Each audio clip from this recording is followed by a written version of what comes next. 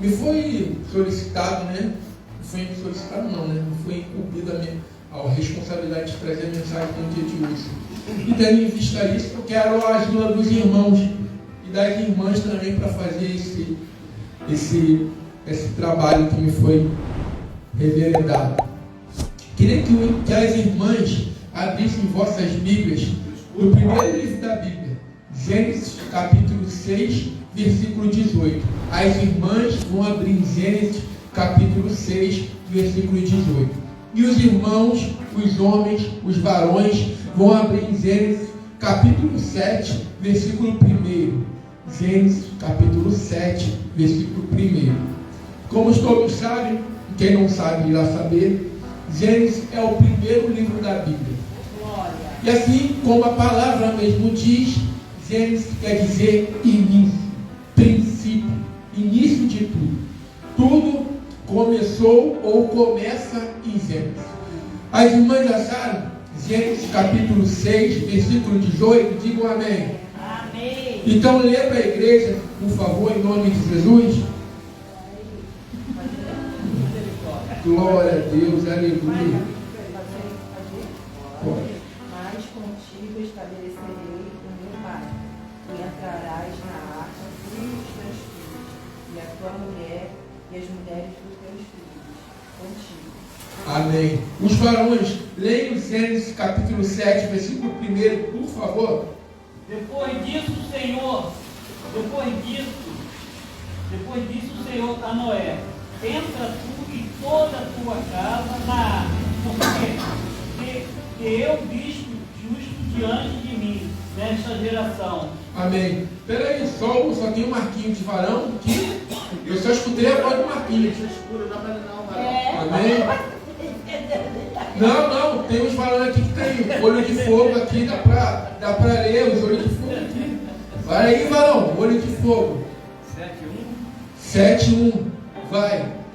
Gustavo, João, vocês estão com a vista boa. Disse o Senhor a Noé: entra tu e toda a tua casa na arca, porque tenho visto que és justo diante de mim nesta geração. Amém.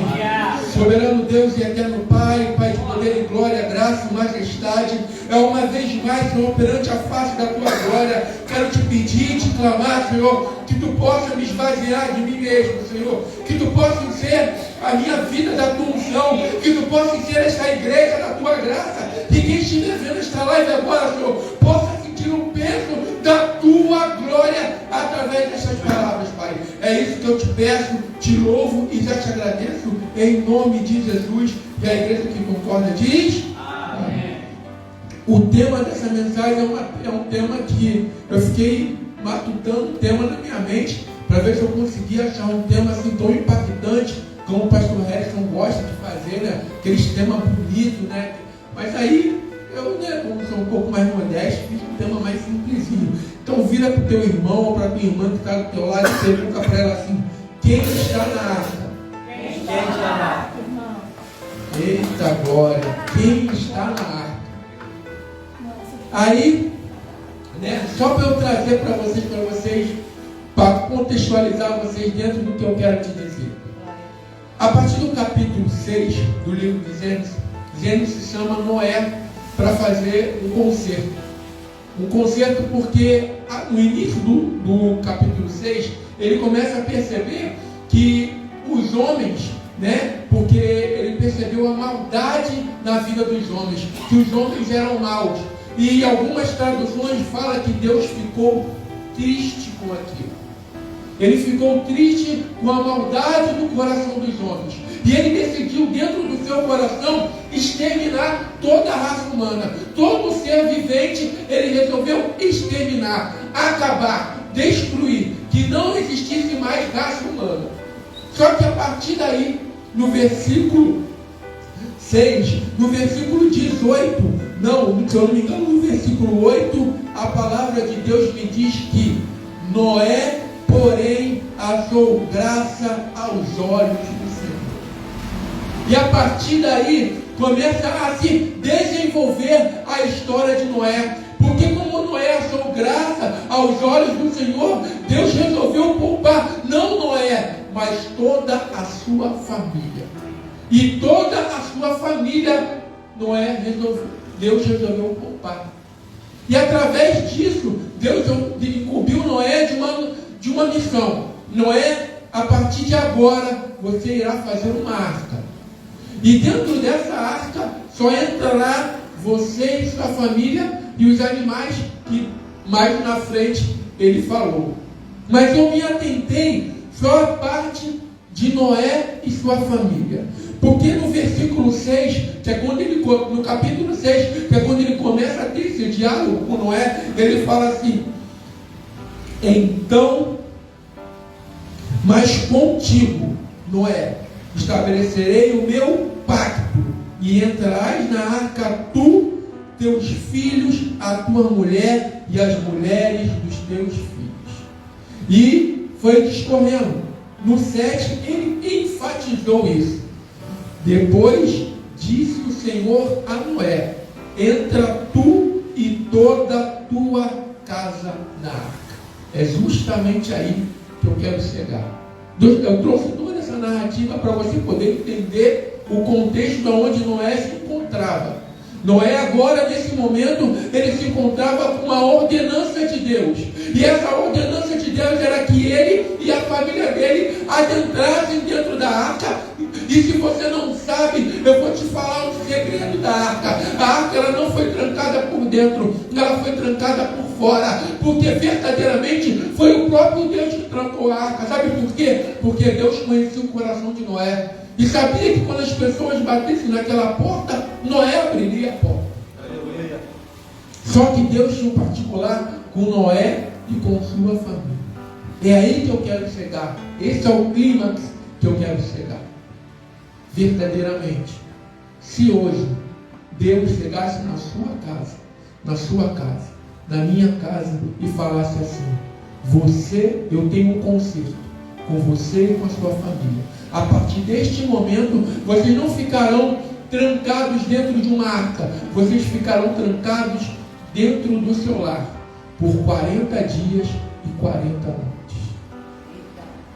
E aí? 40 dias e 40 noites, olhando para o seu esposo, olhando para o seu filho, olhando para a sua nora. Só que tem uma vírgula aí. Noé, a Bíblia me relata que Noé vivia dias maus, né? Perversidade onde Noé vivia era muito grande, ao ponto de Deus querer exterminar a humanidade. Eu não sei se você conseguiu pegar o fio da meada que começa justamente aqui. Será que na rua onde você mora, no bairro onde você mora, Deus tem achado graça justamente em você? E por que eu trouxe isso nesta noite? Porque Deus nos chama para fazer algo sobrenatural nas nossas vidas e nas vidas das pessoas que vivem conosco ao nosso redor, principalmente da nossa família. Porque eu posso perfeitamente estar aqui na frente do púlpito falando para vocês de uma forma incisiva, né? Falando a palavra de Deus de forma forte, de forma direta, te chamando para uma responsabilidade com o Evangelho apenas de estereótipo, apenas uma placa, apenas um rótulo. E por trás, chegar na minha casa e não ser nada disso. Eu posso perfeitamente convidar toda a igreja para fazer uma grande obra evangelística na Ilha do Governador, ao ponto de impactar o Rio de Janeiro todinho e todos olharem a igreja cristã resgatando vidas como um ponto de evangelístico, um ponto em que foi avivado o evangelismo no Rio de Janeiro. Mas dentro da minha casa, dentro do meu lar, eu tenho levado a palavra de Deus para a minha família. Eu tenho levado a palavra de Deus para os meus filhos, para minha esposa, para o meu pai, para minha mãe. E como todos sabem, como a gente leva a palavra de Deus para a nossa casa, para o nosso pai, para a nossa mãe, para os nossos filhos, através de um culto no lar, ou de um grupo de vida, ou de uma célula, como você preferir. Porque se você não percebeu, Noé, através da orientação de Deus, ele fez uma célula dentro de uma barca, dentro de uma arca. É a primeira célula que eu achei na Bíblia. Foi Noé que fez, através da orientação do Senhor. Isso eu trazendo para a nossa realidade, o nosso pastor nos deu uma orientação, fazendo uma célula, um grupo de vida na nossa casa. E a partir desse grupo de vida que Noé fez na arca, nós estamos aqui hoje. Glória a Deus. Por quê? Porque Noé ouviu a voz do Senhor. E a gente fala o quê quando a gente entra na igreja? Que o nosso pastor é o anjo da igreja e recebe orientação direta do Senhor. E por que nós não fazemos o que o anjo da igreja determina? Ou pede, ou solicita? Porque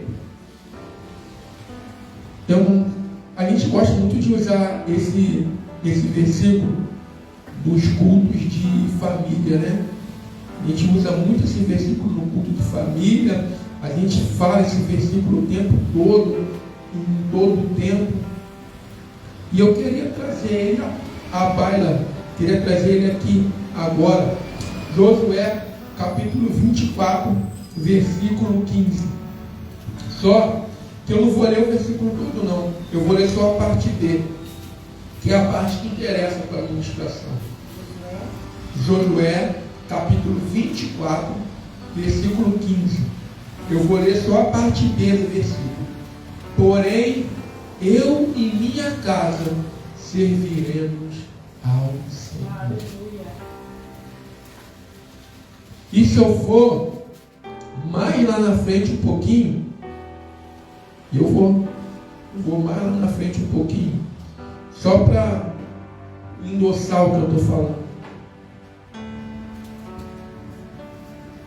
Atos, capítulo 16, versículo 31.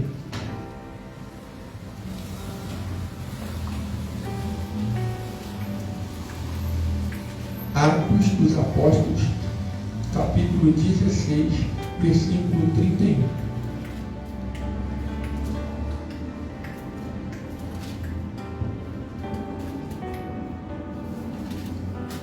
E diz assim a palavra do Senhor: crê no Senhor Jesus Cristo e serás salvo, tu e a tua casa.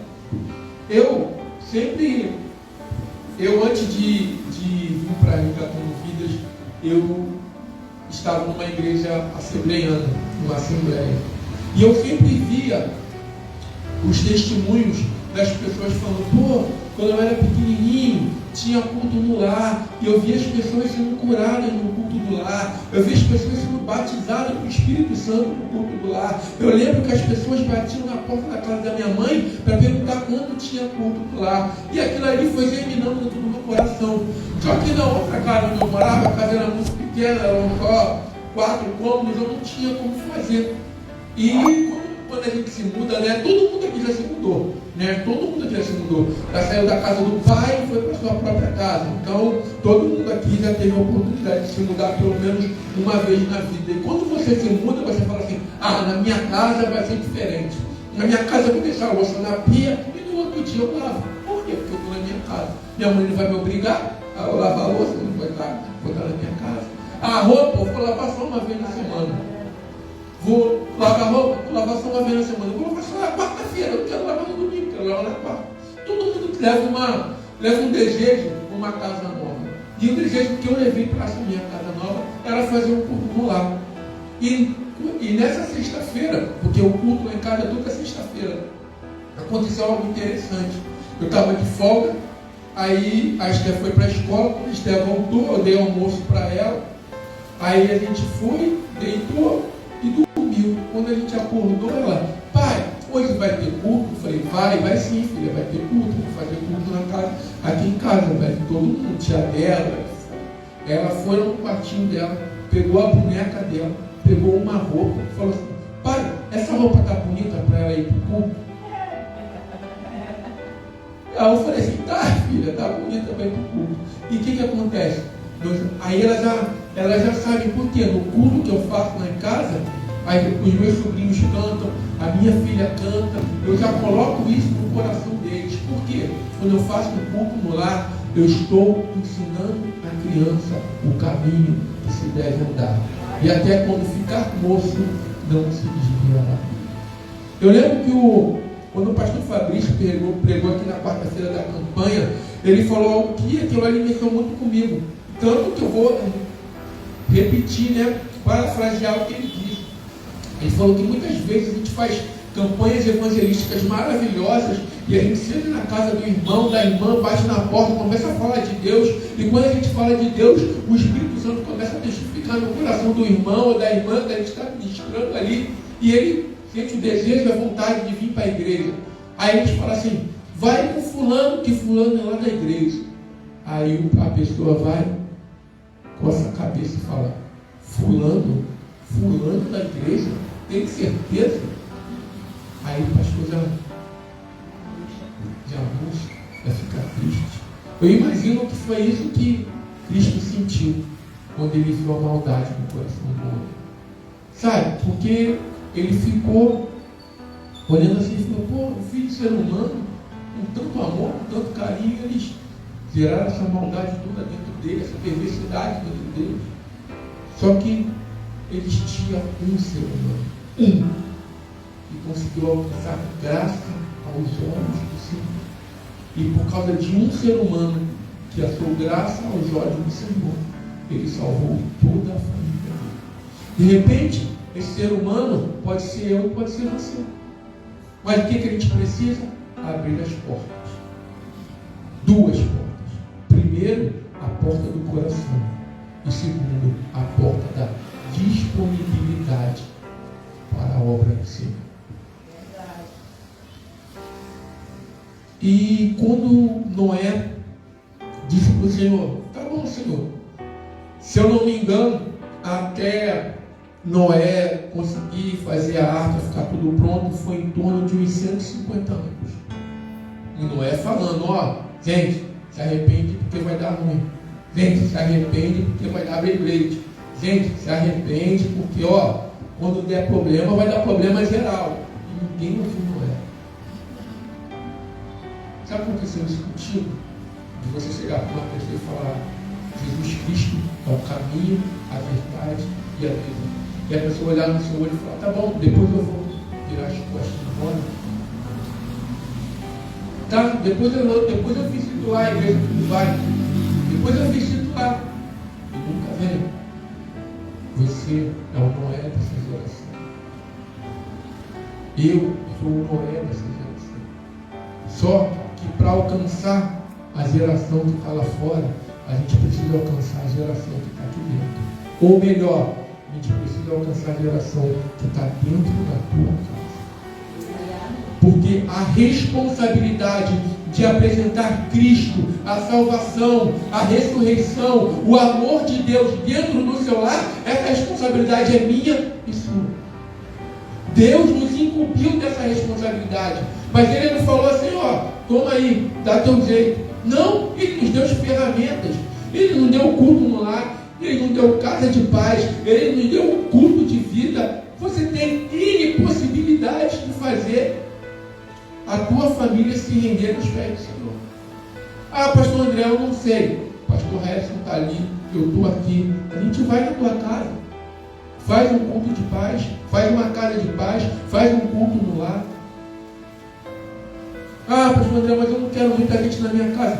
Irmãos, o que o pastor Harrison tem passado para a igreja é que o que acontece? Quem vai? Ou vai um pastor e alguém do departamento feminino, ou 2 pastores e 2 meninas e 2 mulheres do departamento feminino. Só isso. Pastor André, mas sabe como é que é, né? Minha casa está lá, só no tijolo. Não tem como receber vocês lá. A tua casa tem que ser revestida pelo Espírito Santo de Deus. A tua casa tem que ser confortável para a obra da transformação de Deus na vida da sua família. Pastor André, mas eu não tenho nem um copo d'água para dar para vocês. Quem tem que alimentar é a palavra de Deus. Quem tem que ser cheio é da unção de Deus, da glória de Deus no seio da sua família, no seio da tua casa. Meu irmão, minha irmã, eu, quando eu era menor, eu devia ter mais ou menos a idade do Gustavo, assim, mais ou menos. A gente morava, eu e meus pais, era eu, meu pai, minha mãe e meu irmão. A gente morava na casa da minha avó, né, dentro de um quarto. Aí minha avó liberou a laje, a gente fez, meu pai fez nossa casa em cima da laje da minha avó. Só que como a gente morava no quarto da minha avó, né, meus pais, na época eu não entendi, meus pais não tinham liberdade, né? Eu vim entender isso agora, quando eu tive a Esther. Meus pais não tinham liberdade, né? Não tinham como ter intimidade, não tinham como conversar, não tinha nada disso, porque ficava nós quatro no mesmo cômodo. Então, como é que meu pai e minha mãe iam conversar, ter alguma espécie de intimidade? Então, assim que a casa ficou montada, a gente subiu para a nossa casa. E quem é jovem, assim como eu, vai lembrar que antigamente os leites, por incrível que pareça, leite era vendido num saquinho. Você pode pensar que é mentira, mas não, é verdade. Os leites eram vendidos num saquinho. O leite não vinha numa caixa, nem era em pó, porque leite em pó era só para quem tinha muito dinheiro. Hoje em dia não, hoje em dia, para a glória de Deus, está acessível para todo mundo. Mas leite em caixa e em pó, meu Deus, tá doido. Era leite em saquinho. Isso quando o camarada que vendia leite em saquinho não pegava o bombril, raspava a validade para tu comprar o leite vencido. Só quem é pobre sabe disso. Eu não sou pobre não, gente. Eu não fiquei sabendo porque Então, e lá em casa, meu pai arrumou uma vasilha daquela, onde carregava leite. E a gente fazia as nossas necessidades ali, né, durante a noite. E de manhã eu ia lá no banheiro, que minha avó tinha um banheiro do lado de fora, e despejava nossas necessidades ali no vaso, dava descarga, jogava criolina naquele balde e lavava, porque de noite a gente ia usar de novo, até o nosso banheiro ficar pronto. Mas por quê? A gente está na nossa casa. Então, meu irmão, minha irmã, dificuldade, acredito que cada um de nós aqui já passou. Então, se a necessidade de levar o Evangelho para a tua casa é muito maior do que qualquer outra coisa. Eu te falei algo muito, muito pessoal, muito íntimo, para te mostrar que aqui, na Igreja Cristã de Engatando Vidas, nós não temos milindre, nós não temos, não geramos dificuldade nem barreiras para levar a palavra de Deus para a tua casa, para a tua família. Então, essa noite é uma noite em que eu vim trazendo uma mensagem reflexiva para você. Para você abrir a tua casa, não para a Igreja Cristã Resgatando Vidas, para você abrir a sua casa, não para o pastor Regis, para o pastor André, para a Flávia, para a Danusa, não, você abrir a sua casa para a palavra de Deus. Para a palavra de Deus fazer morada, não na sua casa, para a palavra de Deus fazer morada no coração da sua família. Para a palavra de Deus fazer morada dentro das nossas vidas. Como o pastor Regis frisou nesses últimos cultos agora, e ele vem frisando totalmente. Cristo quer fazer morada na sua vida. Ele não quer passar, ele não quer conhecer, ele não quer visitar, ele quer fazer morada.